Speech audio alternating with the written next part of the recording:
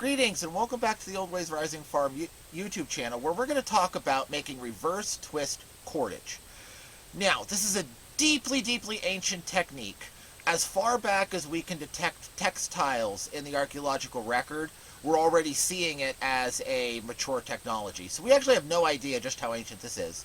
And it's a worldwide technique used on everything from like corded skirt garments that are found in acidic oak log burials in early Bronze Age of Northern Europe to netting in North America and everywhere else.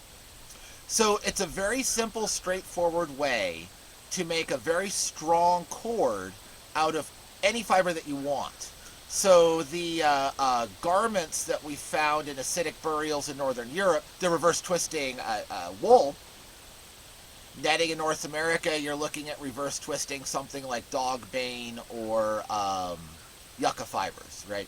You can, Southeast Asia, you're going to be reverse twisting palm fibers, right? Any fiber you can get your hands on, you can use this technique to make a cord. Now, we've done a little bit of this already on the channel. The handle on this Dogbane is bound with reverse twist natural sinew that was then soaked in hide glue and wrapped around, okay, to hold that blade in. So, sinew, animal fibers, it all works. The process is very simple. So I'm going to do a demonstration with Dogbane, there's some to my left, and with soft rush, there's some to my right. But you don't have to have these particular fibers in order to get started. This is just a pinch of grass. Go find some tall grass or go find a little, snippet of yarn, and you can practice this technique. And then when you get a good fiber, you'll be able to execute it proficiently and make the best of your good fiber. So the two parts to this, beloved, can you zoom in as far as you can? The two parts to this, you see I have my bundle of fibers, and they're pinched at a point that already has a little bit of twist in it. Okay? Now, the top fibers, the top bundle, I'm going to take my thumb and forefinger, and I'm going to twist away from my body. Okay? Having done that, I'm going to take my next two fingers, grab the bottom, and pull it up, lowering what I twisted with my thumb and forefinger to the bottom for the next round. Okay? That's a lot of words. So, I'm going to do this sideways so that you can see it better in the camera. So the top bundle, I'm going to pinch with my thumb and forefinger and twist it away.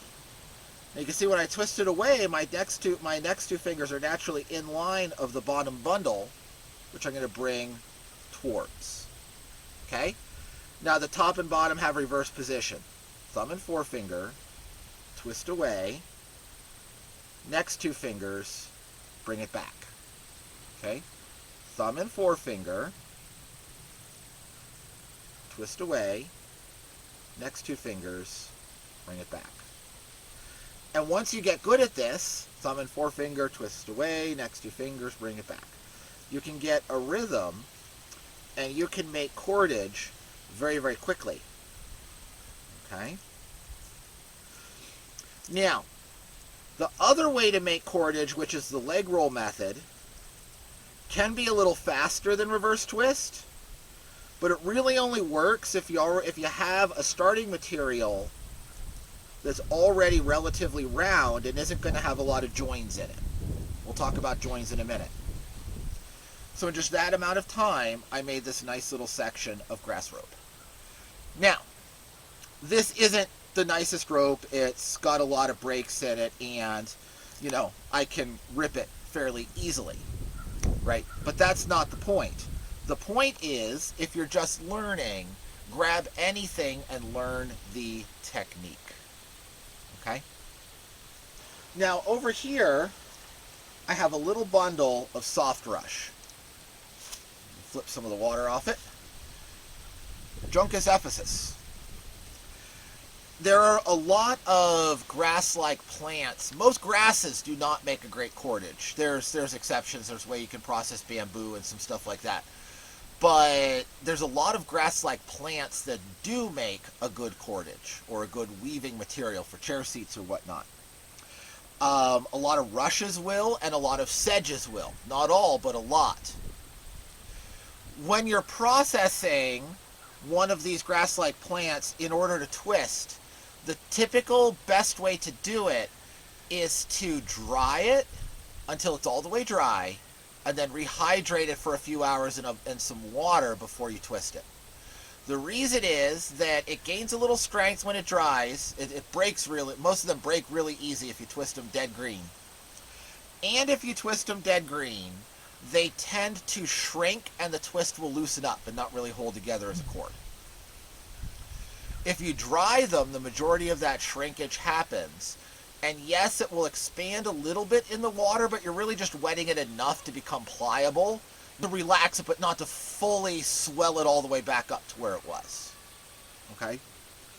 So, I'm going to take a little bundle of these grasses, these rushes. Okay? And I want about 3 of them here. Okay? So now they're slightly different lengths. To get started, I'm just going to put some twist in this, like that, and then fold that, and help it fold over on itself. Okay? Thank you, beloved, for grabbing the kitty cat. He always wants to be in these, but then he likes to climb the tripod and rock the camera around. Okay? So there, I have folded it, and we have that little starting bend. And from there, twist away, bring back. Twist away, bring back. Twist away, bring back. Twist away, bring back. And we just go. You have to keep it from twisting on itself at the loose ends until we get close to one of the ends.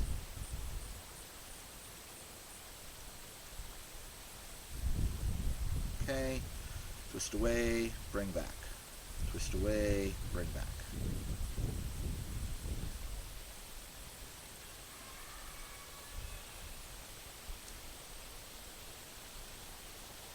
Okay, there we are. So here's our starting twist. And you can see there's no broken ends in it. It's nice, smooth, glossy, beautiful rush twist. If I had done this dead green, there would be some broken spots in here.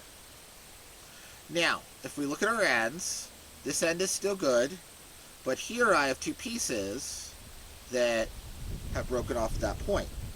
So I want to bring in 2 new pieces of rush, and I want to do that before I get all the way to the end here.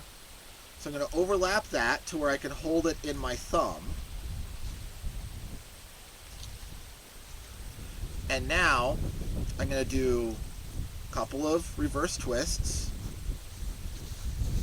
You don't want all of your joins in the same spot or you'll get lumpy cordage. Okay? So there I did a couple more, and you can see that end sticking out, but now it's caught and I don't have to worry about it again. And then I'll take another piece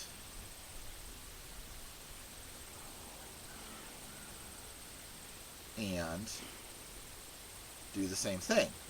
Stick it in, hold it in. We'll do 3 or 4 good reverse twists.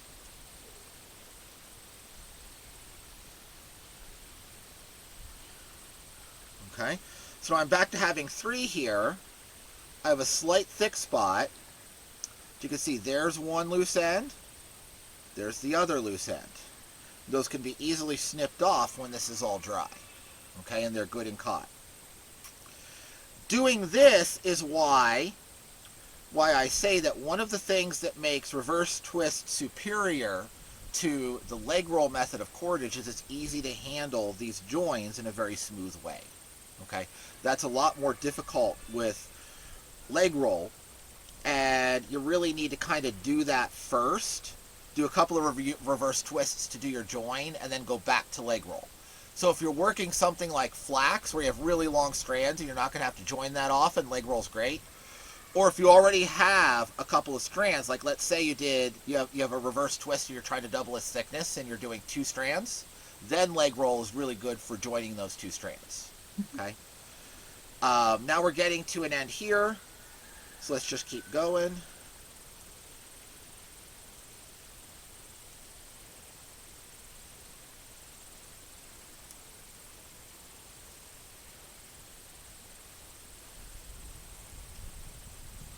Same process, twist away, pull back, twist away, pull back.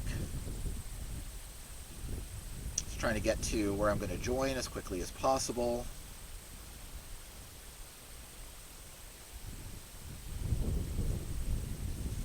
Okay, so now this bundle that's currently on top still has its 3 going strong. This bundle on the bottom has 2 and a short one. So we'll bring up another strand. Overlap it a little extra, hold it in the pinch, go back to twisting,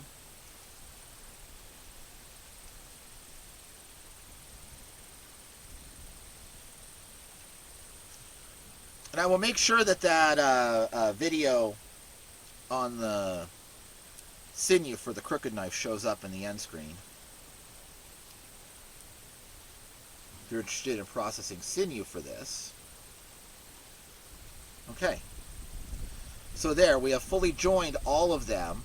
Here's the most recent join that I just put in, and there's the one that just ran out, pointing the opposite direction. And you can see how we have this nice, beautiful, smooth twist of rush. No breaks. The only ends sticking out are where the joins are coming and going, and it's very, very strong. It will only get stronger as it dries. So, I'm going to set this material down, and let's look at the Dogbane. Now, Dogbane is one of the classic materials used for cordage here in northeastern North America. Can you zoom all the way in a little bit again? And it's very, very rot resistant by plant fiber standards. A little bit more so than milkweed, but it's a little bit shorter than milkweed, so that's a slight advantage for the milkweed, which is also used, and milkweed is used in exactly the same way that I'm about to use the Dogbane. The third and fourth materials commonly used here in the Northeast are basswood bast, which is a tree fiber, is processed very, very differently, and nettle fibers, which are processed like flax, retted like flax. But Dogbane and milkweed are processed the same way. And it's fairly simple. The first thing I'm going to do, is this all in view, beloved? Mm-hmm. So I'm just going to split the stem by pinching it. You want to harvest this in the fall, after the plants have gone down and lost their leaves, but before there's much rain on the dead plants. Okay, got those little branches off. So there's my bit of Dogbane. Now I'm going to split it so I can flatten out the whole stem.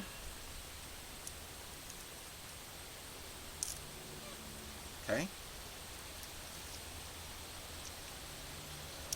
And then I'm going to bend it backwards. So this lighter colored part is the inside, the pith in the middle of the growing stem, and the darker colored is the outer bark. What we're making our fiber rope out of is the bast fiber in between the pith and the outer bark. Now, some people will scrape the outer bark off when they do this. I don't do that because I have yet to be able to do that successfully without damaging the bast fiber more than I want to. And it's not really necessary because the outer bark is just going to kind of slough off in the process of twisting your cordage. So it's not really a big deal. You don't have to care about that. You'll have some little bits stick on, and if that annoys you, well, then that annoys you. But that's a you question, not a me question. So I have the outer bark in, and I'm bending it to snap the pith in the middle. And then I'll come a couple inches from the end and just start peeling that split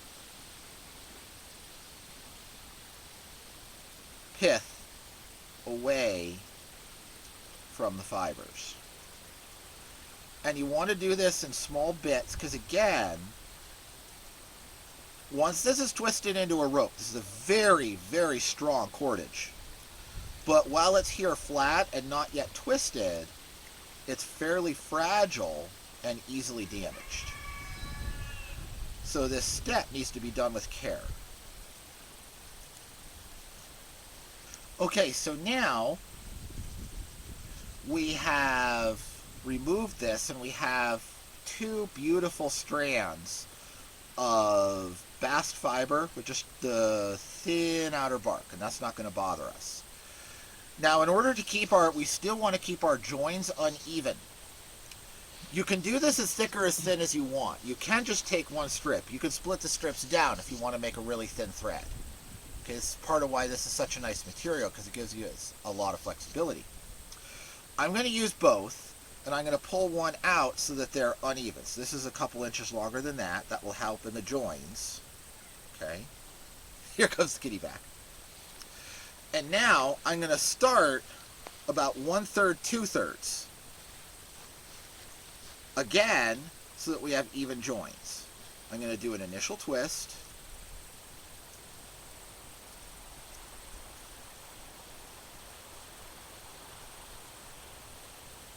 Let it fold on itself. Pinch. Now the reverse twist is exactly the same.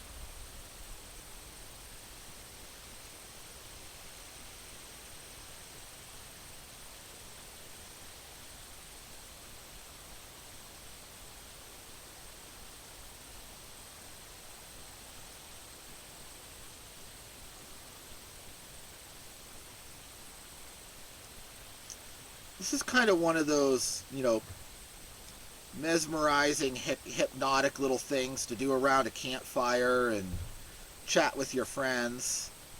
It's engaging enough to keep your mind active, but not enough that you can't hold a conversation at the same time. And we go with exactly the same strategy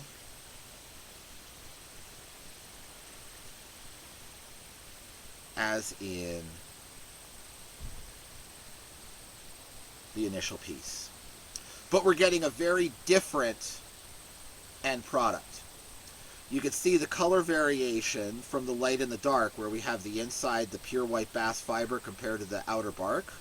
But as this is used, the outer bark will slough off, okay, and it will fade to just the white with a little bit of patterning.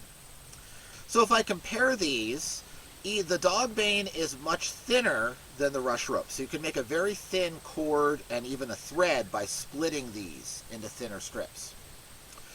The Dogbane is substantially stronger, even though it's quite a bit thinner than rush or sedge twists are.